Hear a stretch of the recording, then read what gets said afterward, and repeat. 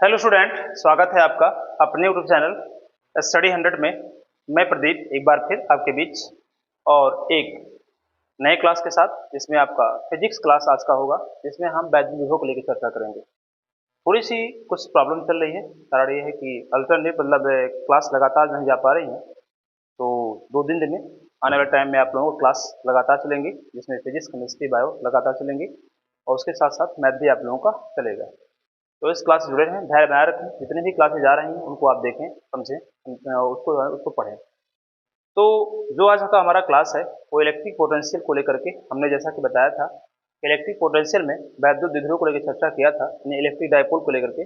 और उस electric dipole के अकॉर्डिंग हमने बताया था कि अक्षीय और निरक्षीय स्थिति।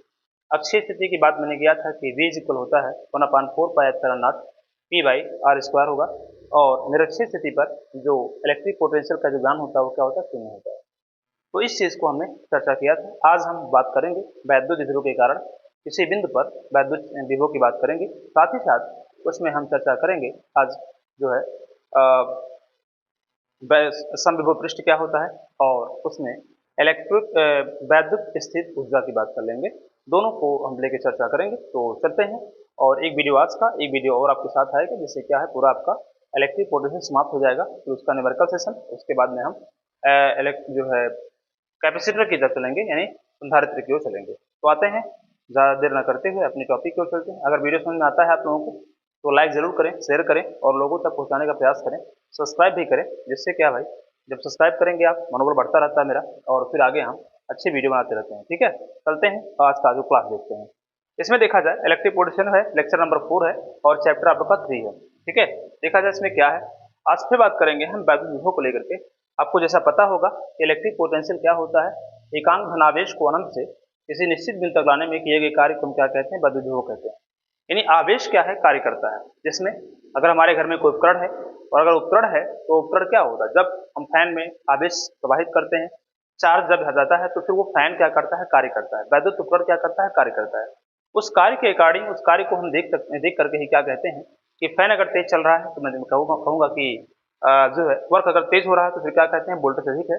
वर्क अगर कम हो रहा है तो फिर क्या, वोल्टेज क्या कम है। इस प्रकार से स्थिति को हम क्या है, जान पहचान के क्या करते हैं, वोल्टेज की स्थिति और जो है उसके रूप को हम जानते हैं।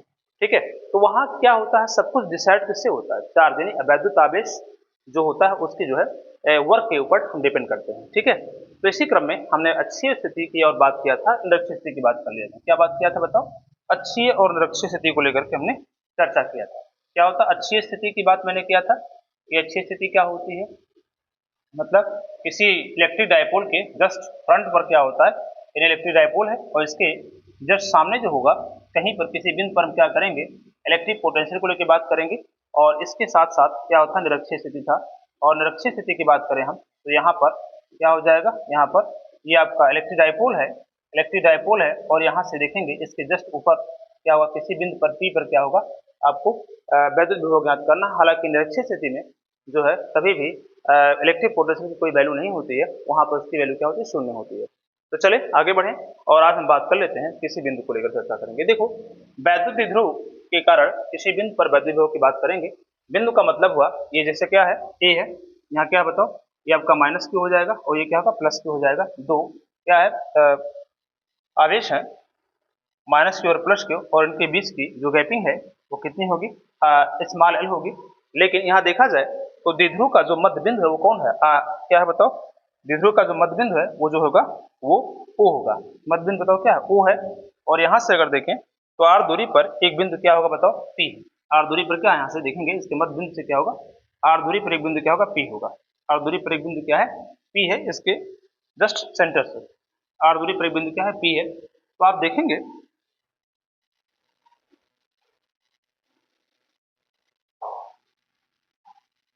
R दूरी पर क्या है, एक बिंदु P है, जहां पर हमको क्या करनी है, वैद्युत क्षेत्र, वैद्युत विभव ज्ञात करनी है। तो यहाँ आप देख सकते हैं ये बिंदु P है, और जब बिंदु P यहाँ पर दिया गया है तो आप देखेंगे कि इसके यहाँ से इसका जो डिस्टेंस है इसे स्मॉल एल मानेंगे, और यहाँ से देखेंगे इसका भी क्या होगा, स्मॉल एल हो जाएगा। ठीक है, इसे क्या लेंगे, ए ले लेंगे, इसे क्या बोलेंगे, बी बोलेंगे। ठीक है, अब यहाँ से अगर देखा जाए तो क्या है, बिल्कुल सेम वही स्थिति है कि वैद्युत क्षेत्र, वैद्युत विभव ज्ञात करनी है, किसी भी क्या है बिंदु आवेश के कारण निकालना है, हालांकि यहाँ इलेक्ट्रिक डाइपोल है, इलेक्ट्रिक डाइपोल को देखते हुए काम करना है यहाँ पर। तो इसमें हम क्या करते हैं, बारी बारी से सभी बिंदुओं को लेकर के हम बात करेंगे, ठीक है। तो चलते हैं, आइए तो देख लेते हैं इसको, और इसमें बात कर लेते हैं हम किस प्रकार से हम किसी बिंदु पर क्या है वैद्युत विभव की गणना करेंगे यहाँ पर। तो यहाँ अगर देखें तो ये आपका एक मिड पॉइंट वो है जहां से r दूरी पर हमारा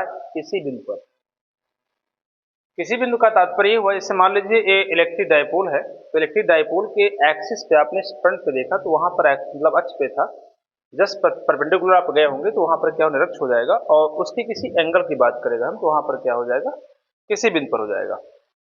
एंगल का मतलब यहाँ देखिए थीटा एंगल बनेगा, थीटा एंगल पर क्या है बिंदु है, यहाँ पर भी इसका जस्ट शीर्षाभिमुख कोण कहते हैं, शीर्षाभिमुख कोण कहा जाएगा। ये थीटा यहाँ पर देखा जाए, दोनों आपस में क्या होंगे, एंगल इक्वल होंगे। आपको पता होना चाहिए कि यहाँ जो बात हो रही है बिंदु P पर जो आपको विभव ज्ञात करनी है, किसी बिंदु आवेश के कारण किसी बिंदु पर विभव की चर्चा होती है। तो जब भी हम बात करेंगे तो कि इसके मध्य बिंदु से दूरी कितनी r है, लेकिन जो हम डिस्टेंस लेंगे यहाँ पर, डिस्टेंस कहाँ से लेंगे, A से लेंगे P तक, B से लेंगे Q तक, P तक, B से लेंगे P तक और A से लेंगे Q तक।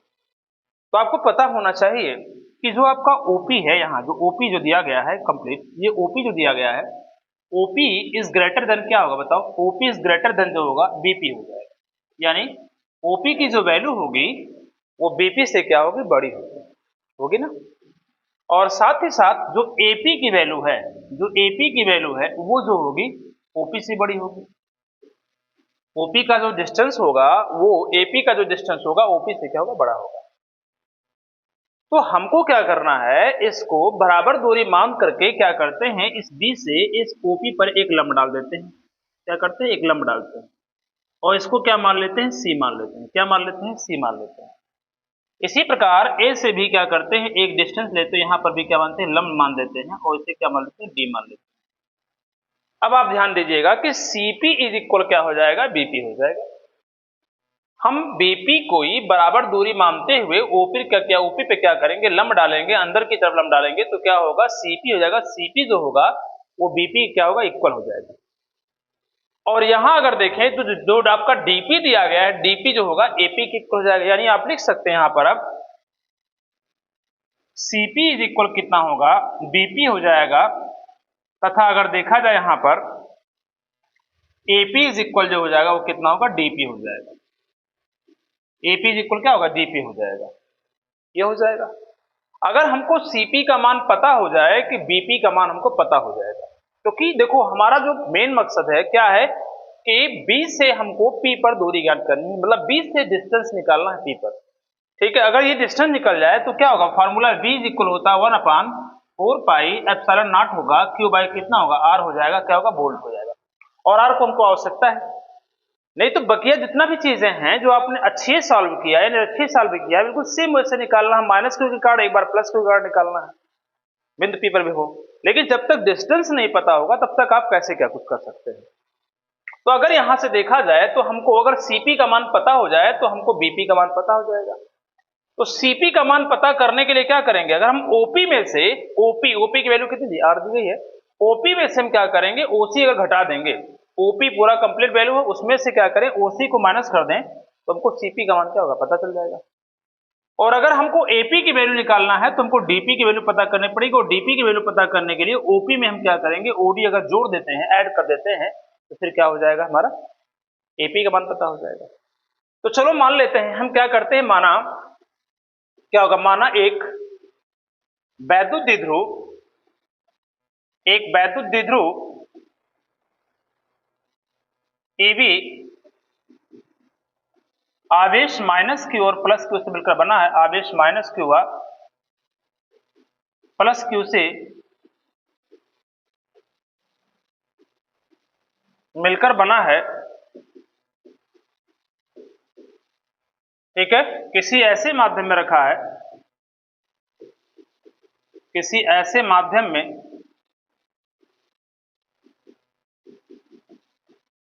रखा है जिसका परावैद्युतांक K है, कैपिटल K है, ठीक है। जिसका परावर्तन क्या है, कैपिटल के हो जाएगा। फिर क्या करेंगे, द्विध्रुव के मध्य बिंदु ओ से थीटा कोण पर आर दूरी पर एक बिंदु क्या है, P है, एक बिंदु P है जहां पर वैद्युत विभव की गणना करनी है,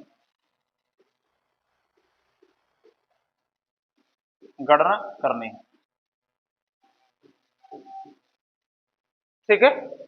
इससे कितनी दूरी पर, r दूरी पर एक बिंदु P है जहां पर वैद्युत विभव गणना करनी है। तो क्या करेंगे, आपको निकालना यह रहेगा कि आपको पहले B से P की दूरी निकालनी है और फिर A से P की दूरी पर पहले डिस्टेंस निकालेंगे। तो डिस्टेंस निकालने के लिए उसी से आपको क्या करना, OP में से CP माइनस करना पड़ेगा। लेकिन हम देखें तो CP का मान हमको पता है क्या, नहीं। ये CP आपका दिखाई दे रहा है यहां से लेके यहां तक, इस अगर देखा जाए तो ये लाइन 90 है, तो इस कोण के लिए बताओ क्या बनेगा, लंब बनेगा। ये क्या बनेगा, ये कर्ण होगा, और ये क्या होगा बताओ, आधार हो जाएगा।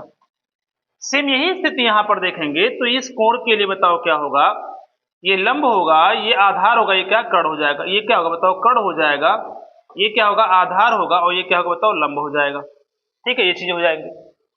तो यहां अगर देखा जाए तो जो हमारा लंब है, लंब की कोई वैल्यू नहीं है, या लंब से हमको उतना मतलब नहीं, हमको OC का मान निकालना है और OD का मान निकालना है। और OC और OD जो है दोनों त्रिभुज में देखा जाए क्या है, आधार है, और आधार जब है तो कर्ण और कर्ण आधार यही हमको रेशियो लेना है।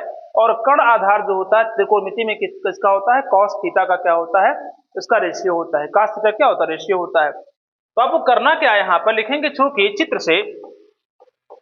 चित्र से क्या हो जाएगा, चित्र से ट्रायंगल किसमें होगा बताओ, समकोण त्रिभुज OCB में और ODA में, OCB तथा ट्रायंगल ODA में क्या हो जाएगा, cos थीटा इक्वल हो जाएगा। यहां पर आप देख सकते हैं तो cos थीटा इक्वल क्या होगा, आधार बटा कर्ण होता है, यानी OC अपान कितना होगा, OB हो जाएगा। OC अपान कितना हो जाएगा, OB हो जाएगा। या इसको अगर हम ODA में ले जाएं त्रिभुज में, क्या हो जाएगा, OD अपान कितना होगा, OA हो जाएगा। OD अपान कितना होगा, OA हो जाएगा, यही तो होगा। और अगर हम cos थीटा का मान निकालें, आप देख सकते हैं OC का मान हमको पता लगाना है, OB का जो मान है वो L है। यहां पर देखेंगे OD का मान निकालना, इसका मान भी कितना दिया, L दिया। आप देख सकते हैं OD का वो जो OB की जो वैल्यू कितनी L है, और यहाँ OA की वैल्यू कितनी दिया गया, जरा बताओ, L दिया गया है। ठीक है, ऐसी स्थिति में अगर देखा जाए यहां से अगर हम OC की वैल्यू फाइंड करेंगे, OC की जो निकालेंगे, OC इक्वल क्या होगा, L cos थीटा हो जाएगा। क्या होगा, L cos थीटा हो जाएगा। और OD की वैल्यू कितनी होगी, L cos थीटा हो जाएगी। क्या होगी बताओ, L cos थीटा हो जाएगी।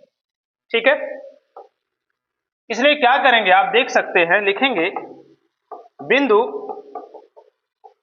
B से P की दूरी निकालेंगे तो देखें क्या होगा, B से P की दूरी तो BP हो जाएगा ना, बताओ क्या होगा, BP हो जाएगा।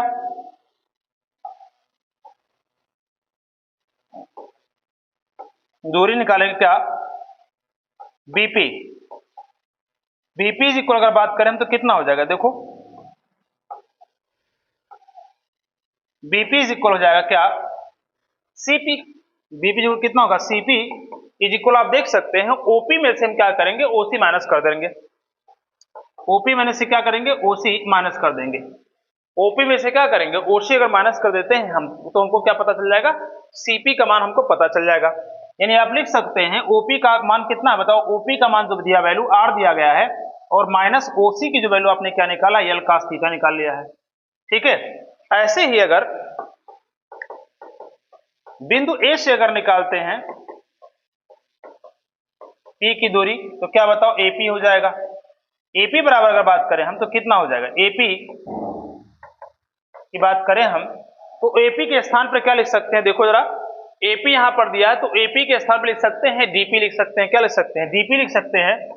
और डीपी की अगर वैल्यू फाइंड करेंगे हम, तो ओपी में से क्या करेंगे, ओडी हम क्या करें, जोड़ देंगे, तो ओपी प्लस क्या होगा, ओडी हो जाएगा। और ऐसी स्थिति में आप देखेंगे आर प्लस कितना होगा, यल कॉस थीटा हो जाएगा। आर प्लस कितना होगा, यल कॉस थीटा हो जाएगा। तो इस प्रकार से आप देख सकते हैं यहाँ पर R minus L cos theta और R plus L cos theta, एक बार बी से पी की दूरी है और एक बार क्या है, ए से पी की दूरी, इतना दिया गया है।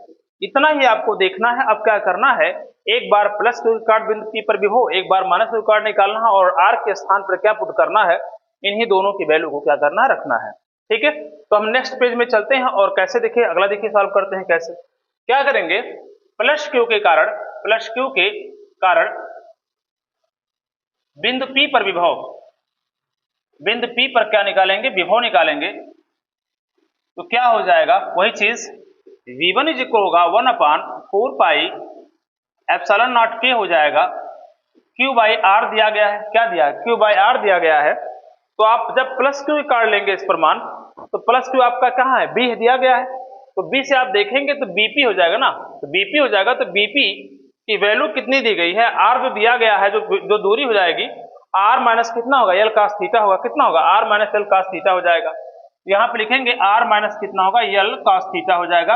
यहाँ लिख सकते हैं BP की दिशा हो जाएगी, यहाँ पर BP की क्या होगी, दिशा हो जाएगी। ठीक, ये पॉइंट हुआ। फिर क्या करेंगे, माइनस क्यू के कारण लिखेंगे आप, बिंदु P पर क्या निकालेंगे, विभव ज्ञात करेंगे। P पर क्या, विभव ज्ञात करेंगे आप। तो इसके लिए क्या करना पड़ेगा आपको, V2 इज इक्वल हो जाएगा 1/4 पाई एप्सिलॉन नॉट क्या होगा, Q बाई कितना होगा, R प्लस क्या होगा, L cos थीटा हो जाएगा। कुछ में देखो यहाँ छूट रहा है, क्या छूट रहा है, यहाँ पर देखेंगे प्लस के कार्ड प्लस होगा, लेकिन माइनस के कार्ड क्या बताओ, यहाँ माइनस हो जाएगा। क्या होगा बताओ, माइनस हो जाएगा। और यहाँ पर क्या होगा, PA की दिशा होगी। बताओ क्या होगी, PA की दिशा डायरेक्शन हो जाएगी यहाँ पर। ठीक है, इस प्रकार से अगर देखें, आगे बढ़े हम, तो यदि P पर क्या है, परिणामी विभव, क्या निकालेंगे बताओ, परिणामी विभव की अगर बात करें हम, तो परिणामी विभव अगर V दिया गया है, V है, तब बताओ क्या हो जाएगा, यहाँ हो जाएगा V इज इक्वल होगा V1 प्लस कितना होगा, V2 हो जाएगा। V इज इक्वल V1 की वैल्यू कितनी दी गई, V1 की वैल्यू जो दिया गया है 1/, कितना होगा, 4 पाई एप्सिलॉन नॉट कितना K हो जाएगा, Q बाई क्या होगा, R minus L cos theta हो जाएगा। और यहाँ देख सकते हैं प्लस, यहाँ का माइनस प्लस माइनस माइनस हो जाएगा, 1/, कितना होगा, 4 पाई एप्सिलॉन नॉट K हो जाएगा, कितना Q बाई हो जाएगा, R plus L cos theta हो जाएगा। ये तो आपको समझ में इतना आ गया होगा। ठीक है, इतना आपको समझ में आया है। अब इतना समझ में आ गया, तो फिर आप देखेंगे जो प्रक्रिया हमने क्या है सब में किया था, वो यहाँ पर भी करना। क्या करना है, Q/4 pi epsilon not K और Q/4 pi epsilon not K क्या है, कॉमन है। तो V इक्वल क्या करेंगे, Q हो जाएगा 4 pi epsilon not K, common लेंगे तो अंदर कितना बचेगा, 1/R minus L cos theta हो जाएगा। और माइनस 1 कितना होगा, R प्लस क्या होगा, L cos थीटा हो जाएगा। ठीक है, इतना हो जाएगा। अब इसमें करना कुछ नहीं है, देखो ध्यान से क्या करना है, V की वैल्यू फाइंड करेंगे तो V इक्वल होगा Q/ कितना होगा, 4 पाई एप्सिलॉन नॉट K हो जाएगा। क्या कर सकते हैं, देखो ध्यान से, हर आसमान है क्रॉस मल्टीप्लाइकेशन होगा, माइनस चिन्ह के साथ जरा क्रॉस मल्टीप्लाइकेशन कीजिएगा, तो माइनस माइनस क्या बनेगा, प्लस बन जाएगा। तो क्या बनेगा, देखो R प्लस कितना होगा, L cos थीटा हो जाएगा, प्लस हो जाएगा यहाँ पर माइनस, माइनस से गुणा कीजिए, तो minus R plus L cos theta, minus R हो जाएगा, प्लस कितना होगा, L cos थीटा हो जाएगा। और आप देख सकते हैं यहाँ पर दोनों का नीचे मल्टीप्लाइकेशन होगा, तो नीचे मल्टीप्लाइकेशन आपस में होगा, तो R minus L cos theta, R plus L cos theta, कहीं ना कहीं A माइनस B और A प्लस B का रूप बन रहा कि नहीं, A माइनस B और A प्लस B का जब रूप बन रहा है यहाँ पर, तो A square minus B square यानी क्या होगा, यहाँ पर देख सकते हैं R square minus L square कितना होगा, cos स्क्वायर थीटा हो जाएगा। यही तो बनेगा यहाँ पर, R square minus L square cos square theta हो जाएगा। यानी V इक्वल की बात करें तो Q अपान कितना होगा, 4 पाई एप्सिलॉन नॉट K हो जाएगा। क्या कर सकते हैं, आप देख सकते हैं R से R क्या कैंसिल हो जाएगा, तो L cos थीटा कितना होगा, 2L cos थीटा हो जाएगा, अपान हो जाएगा R square minus L square क्या होगा, cos स्क्वायर थीटा हो जाएगा। इस प्रकार से आप देख सकते हैं। ठीक है, देखो जो वैद्युत द्विध्रुव है वो क्या है, जो वैद्युत द्विध्रुव है वो एक ऐसा निकाय होता है जिसमें दो बराबर परंतु विपरीत आवेश एक दूसरे से क्या होते हैं, अल्प दूरी पर स्थित होते हैं। और जब अल्प दूरी पर स्थित होते हैं तो वो क्या है बताओ, वो एक जो है वह एक जो है अल्पमान होगा। तो यहाँ जो है चूंकि आप जानते हैं L क्या होगा, L एक अल्प राशि है, L एक क्या बताओ, अल्प राशि है, अल्प राशि है, अल्प राशि है। अतः क्या होगा, अतः एल स्क्वायर क्या होगा, नगण्य के बराबर होगा। नगण्य के क्या होगा, बराबर होगा, बराबर होगा, नगण्य के बराबर होगा। तो क्या होगा, देखो जरा ध्यान से, इसे लिखेंगे हम, v इज इक्वल कितना होगा, q upon 4 pi epsilon not हो जाएगा। यहाँ पर एक काम करो, q का मल्टीप्लाइकेशन कर दो, तो 1 अपान कितना होगा, 4 पाई एप्सिलॉन नॉट k हो जाएगा। यहाँ देख सकते हैं मल्टीप्लाइकेशन करेंगे तो 2ql कितना होगा, cos थीटा हो जाएगा, अपान क्या होगा, ये देखो पूरा यल स्क्वायर नगण्य हो जाएगा। जब नगण्य है तो मतलब शून्य के बराबर माना जाता है, तो यहाँ पर cos स्क्वायर थीटा भी क्या होगा, शून्य हो जाएगा। तो क्या मिलेगा आपको, केवल आर स्क्वायर मिलेगा। क्या मिलेगा, आर स्क्वायर मिलेगा, क्योंकि आप लिखेंगे 2 पी इज इक्वल कितना होगा, 2ql होता है, यानी वैद्युत द्विध्रुव का क्या होता है, आघूर्ण होता है, ठीक है। तथा क्या लिखेंगे, तथा जो होगा निर्वात और वायु के लिए, निर्वात व वायु के लिए k इज इक्वल कितना हो जाएगा, कितना, 1 हो जाएगा। k इज इक्वल कितना होगा, 1 हो जाएगा।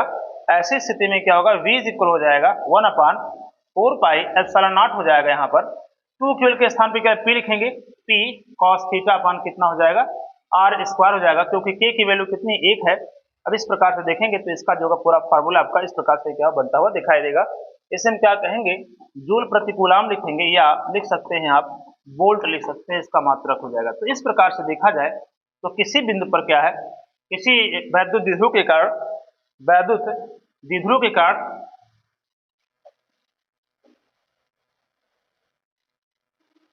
वैद्युत द्विध्रुव के कारण किसी बिंदु पर जो है, या जैसे हमने अक्षीय और निरक्षीय की बात की है, तो इसी प्रकार किसी बिंदु पर क्या है, वैद्युत विभव को लेकर के हम चर्चा किए हैं। तो ये आपका फार्मूला होगा, v इज इक्वल होगा 1 अपान 4 pi epsilon not p by कितना, p cos थीटा अपान कितना होगा, r स्क्वायर होगा। तो इस प्रकार से इसको सॉल्व करना है, और एग्जाम के लिए इंपॉर्टेंट भी बन जाता है चीजें, इसलिए आप ध्यान दीजिएगा। और मेन जो इसका फैक्ट पॉइंट है, यही मेन फैक्ट पॉइंट है, यानी जो इसके डिस्टेंस को आपको क्या करना है, निकालना है, ठीक है। तो इसको आप नोट कर लें, आशा है आप लोगों को समझ में पूरी तरह से आया होगा। इसको आप नोट कर लें, फिर आगे हम बढ़ें और कुछ और पॉइंट को लेकर के बात करते हैं। स्क्रीनशॉट ले लीजिए, वीडियो को रोक कर नोट कीजिए। आइए इसको देख लेते हैं, यहां पर सेकंड पेज का, इस स्थिति को ध्यान दीजिएगा बढ़िया से।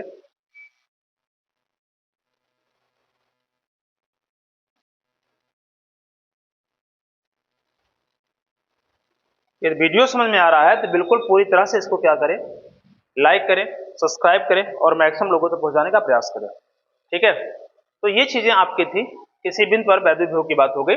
अब हम बात करेंगे समविभव पृष्ठ को लेकर के चर्चा करेंगे।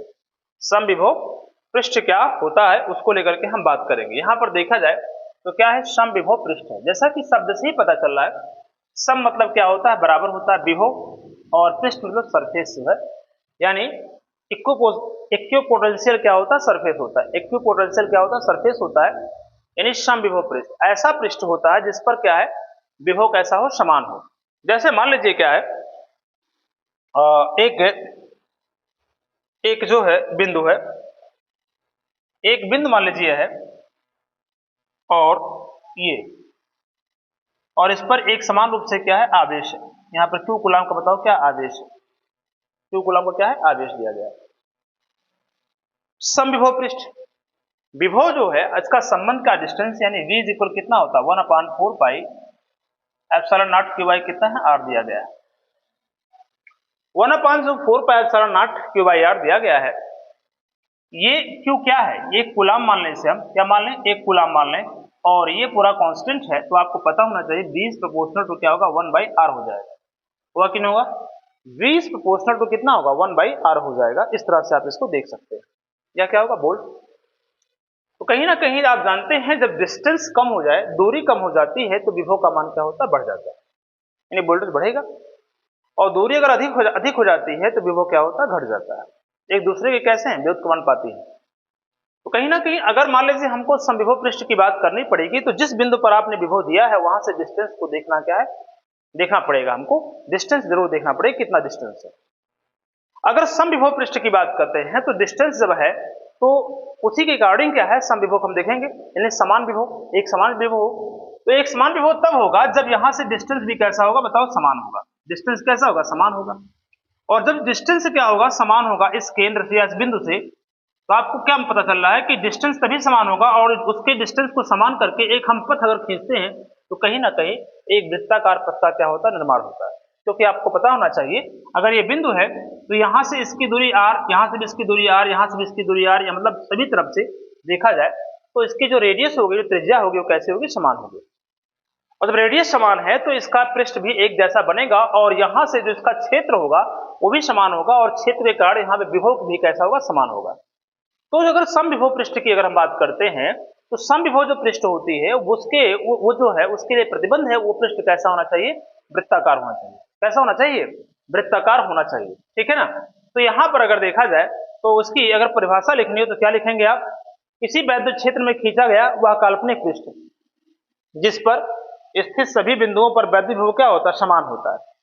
किसी वैद्युत क्षेत्र में खींचा गया वह काल्पनिक पृष्ठ लिख सकते हैं आप यहाँ पर। किसी वैद्युत क्षेत्र में खींचा गया वह काल्पनिक पृष्ठ, काल्पनिक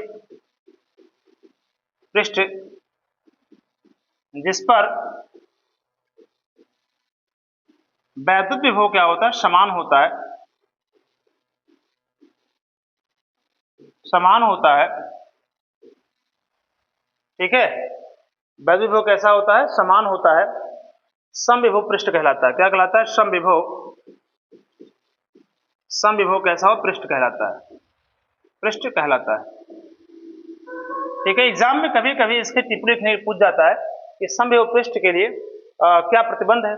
तो प्रतिबंध यहाँ पर यह होता है कि समविभव पृष्ठ में, समविभव जो पृष्ठ होती है तो उससे जो गुजरने वाली बल रेखाएं होती हैं वो कैसी होती हैं, पृष्ठ के लंबवत होती हैं, ठीक है। जब वैद्युत आवेश को वैद्युत क्षेत्र के लंबवत ले जाया जाए तो समविभव पृष्ठ से प्रत्येक बिंदु वैद्युत क्षेत्र की दिशा क्या होता है, लंबवत होता है। यानी वैद्युत क्षेत्र में स्थित भिन्न भिन्न बिंदुओं से क्षेत्र की दिशा क्या होती है, बल रेखाएं प्रदर्शित करती हैं। यानी समविभव पृष्ठ के प्रत्येक बिंदु से बल रेखाएं पृष्ठ के कैसी होती है, लंबवत होती हैं। यहाँ पे आप लिख सकते हैं समविभव, समविभव पृष्ठ से निकलने वाली बल रेखाएं पृष्ठ के कैसी होती हैं, पृष्ठ के अभिलंबवत होती हैं, अभिलंबवत होती हैं, ठीक। तो यहां पर आपको ये चीज ध्यान देनी है, ठीक है।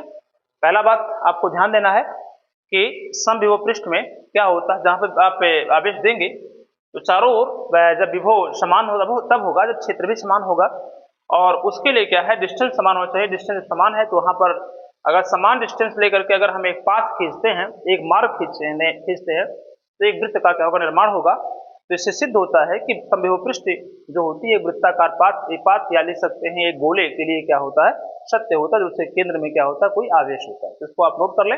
फिर आगे बढ़े और हम बात कर लेते हैं स्थिर वैद्युत स्थित ऊर्जा को लेकर के।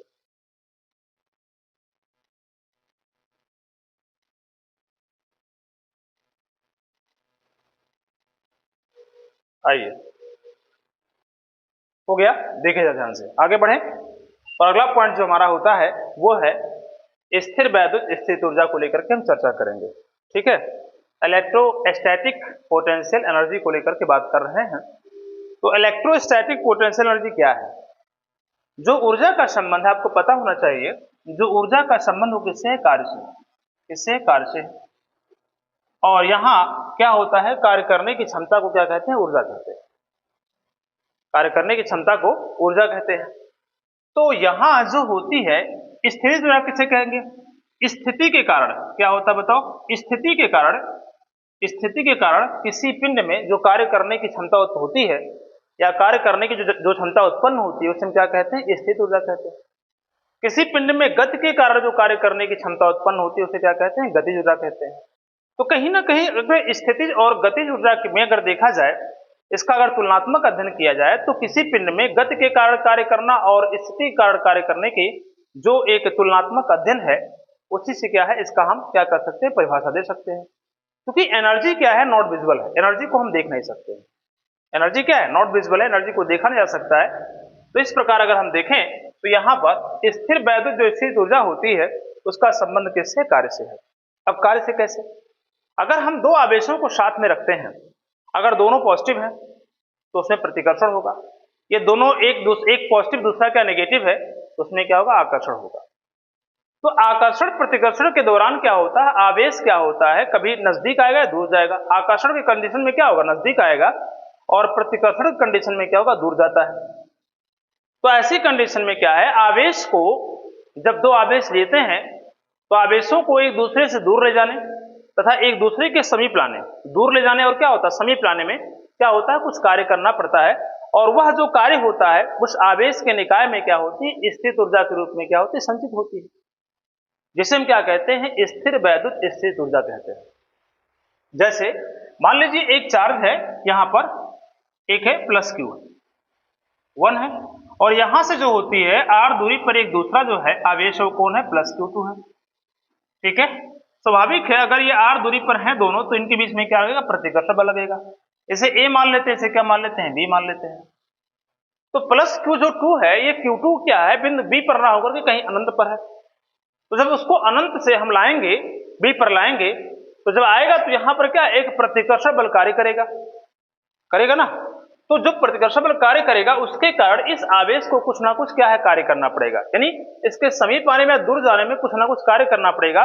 और वही कार्य जो होता है उस आवेश के निकाय में जो होता है, स्थित ऊर्जा के रूप में संचित रहता है। यानी कार्य का पूरा तुलनात्मक जो अध्ययन हम किससे किए हैं, ऊर्जा से, या ऊर्जा का जो तुलनात्मक अध्ययन किससे किया गया, कार्य से किया गया है। तो इसी को हम क्या कहेंगे, स्थिर वैद्युत स्थित ऊर्जा कहेंगे। ठीक है, तो यहां आपको इस चीज को ध्यान देना है, स्थिर वैद्युत स्थित ऊर्जा, देखो ध्यान से क्या करना है। तो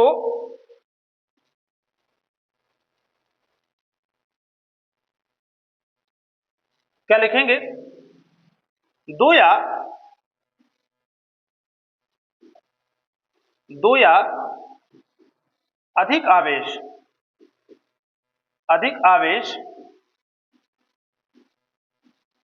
एक दूसरे को आकर्षित या प्रतिकर्षित करते हैं।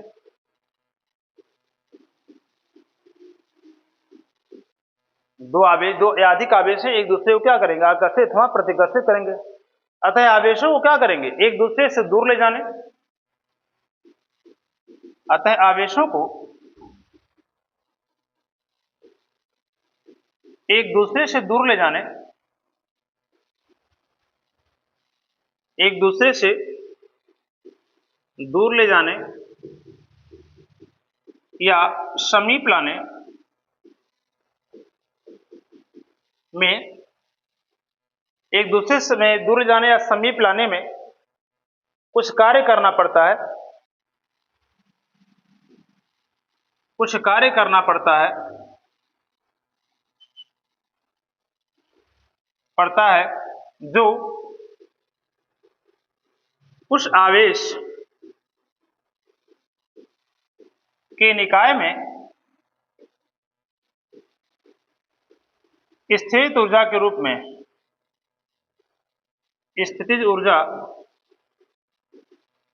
के रूप में संचित रहता है।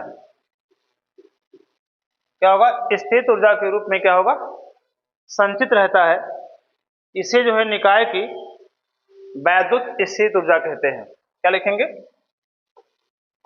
इसे निकाय की वैद्युत स्थितिज ऊर्जा कहते हैं, ऊर्जा कहते हैं। ये हुआ।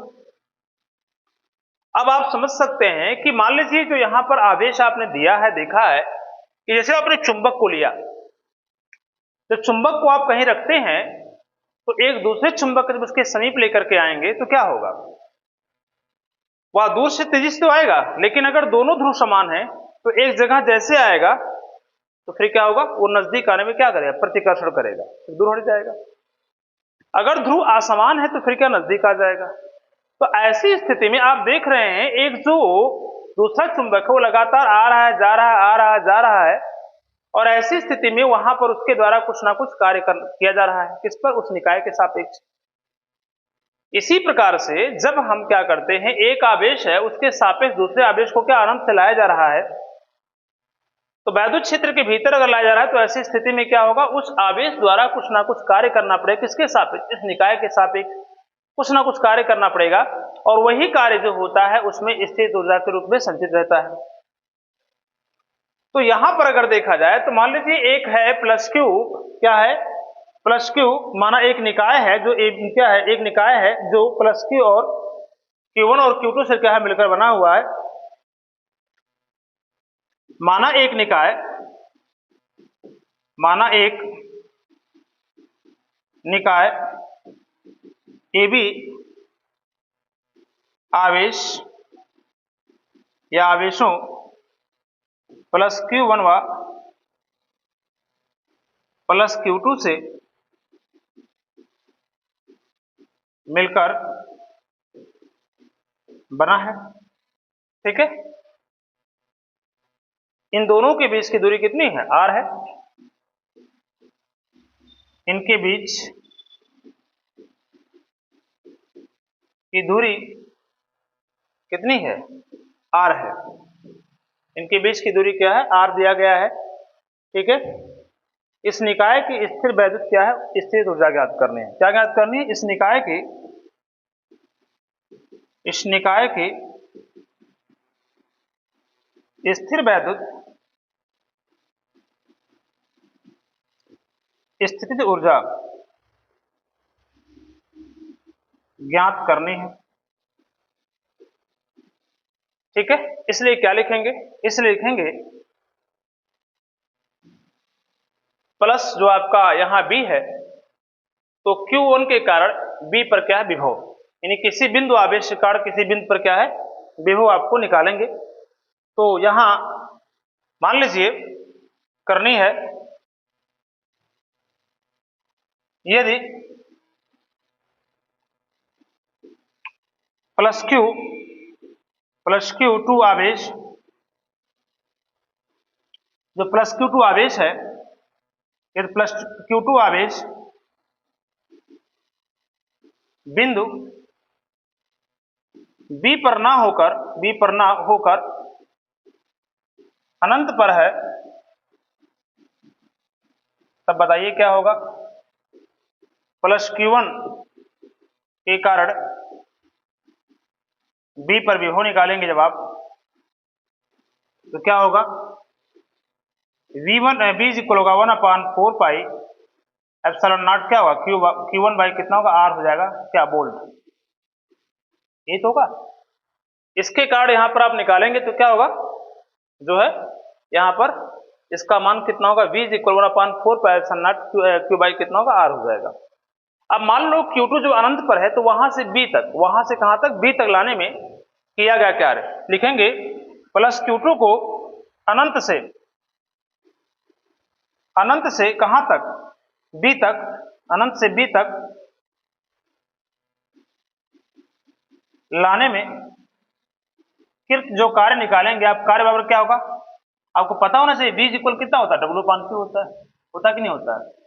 और अगर यहां पर Q होता, अगर यहां से W की वैल्यू फाइंड करें तो V इंटू कितना, Q हो जाएगा, हुआ कि नहीं होगा। तो यहां से लिख सकते हैं W इक्वल कितना होगा, V इंटू कितना होगा, Q2 हो जाएगा, क्योंकि हम Q2 को ला रहे हैं ना, तो कार्य कौन कर रहा है, Q2 कर रहा है, तो Q2 कर रहा है तो कार्य किसके सापेक्ष जाए, Q2 के सापेक्ष। तो यहाँ पर क्या, W इक्वल कितना, B इंटू कितना, Q2 हो जाएगा। तो V की वैल्यू है उसको उठा के यहाँ पुट करो, तो क्या हो जाएगा, लिखेंगे हम V का मान रखने पर, V का मान रखने पर, जब मान रखेंगे तो क्या होगा, W इक्वल कितना होगा, 1/4 पाई, B की जो वैल्यू यही तो है 4 pi epsilon not Q1 by R, तो B की वैल्यू है, और इंटू कितना होगा, Q2 हो जाएगा। क्योंकि क्या होगा, यही जो कार्य है, कार्य निकाय में क्या होगा, स्थितिज ऊर्जा के रूप में संचित होता है, स्थित ऊर्जा के रूप में क्या होता है, संचित रहता है, रूप में संचित रहता है। अतः क्या हो जाएगा, अतः क्या होगा, W इक्वल कितना होगा, U हो जाएगा, या U इक्वल क्या ले सकते हैं आप, 1/4 पाई एप्सिलॉन नॉट कितना होगा, Q1 इंटू Q2 बाई क्या हो जाएगा, R हो जाएगा, जो क्या होगा, ऊर्जा का मात्रा बताओ क्या होता है, जूल होता है, क्या होता है, जूल होता है, और यही क्या हमारा जो है सूत्र हो जाएगा। तो स्थिर वैद्युत स्थित ऊर्जा का जो फार्मूला है बिल्कुल सेम यही है, U equal 1/4 pi epsilon not Q1 into Q2 by क्या हो जाएगा, R हो जाएगा, जूल हो जाएगा। आशा है एकदम पूरी तरह से आपको समझ में आया होगा। तो इसको आप पहले नोट कर लीजिए, इसको पहले आप नोट कर लें कि किस प्रकार से इसमें क्या है, स्थित ऊर्जा की बात की जाती है। और अब जो है इसको आप नोट कर लें, स्क्रीनशॉट ले लीजिएगा, बिल्कुल पूरी तरह से वीडियो को रोक करके नोट कीजिएगा, ये हो जाएगा यहाँ पर।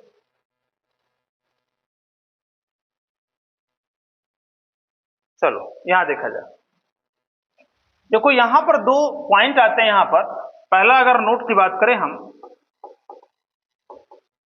अगर नोट की बात करें तो अगर दोनों आवेश परस्पर कैसे हैं, समान हैं, दोनों आवेश परस्पर समान हैं, तो अगर समान है तो कुछ दूर से अगर आ रहे हैं तो आएंगे तेजी से, लेकिन जैसे ही परस्पर नजदीक आएंगे तो उनकी गति क्या होगी, गति जो है रुक खत्म हो जाएगी और स्थिर अवस्था में आ जाएगा। यानी अगर कोई भी आवेश समान है तो समान अगर दूर से आ रहा है तो आता आएगा, लेकिन जैसे ही कुछ नजदीक आएगा तो एक दूसरे से क्या करेंगे, प्रतिकर्षण करेंगे, और प्रतिकर्षण करने से क्या होगा, फिर वो उसके नजदीक नहीं आ सकता, वहीं पर आकर के रुकेगा, उससे या रिपल कर देगा या बाहर की ओर धक्का देगा।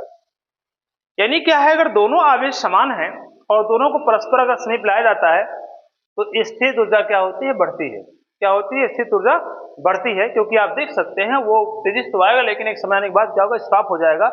जब कोई वस्तु स्थिर हो जाती है तो उसके अंदर क्या होती है, पोटेंशियल एनर्जी क्या होगी, बढ़ेगी, और काइनेटिक एनर्जी क्या होगी, घट जाएगी।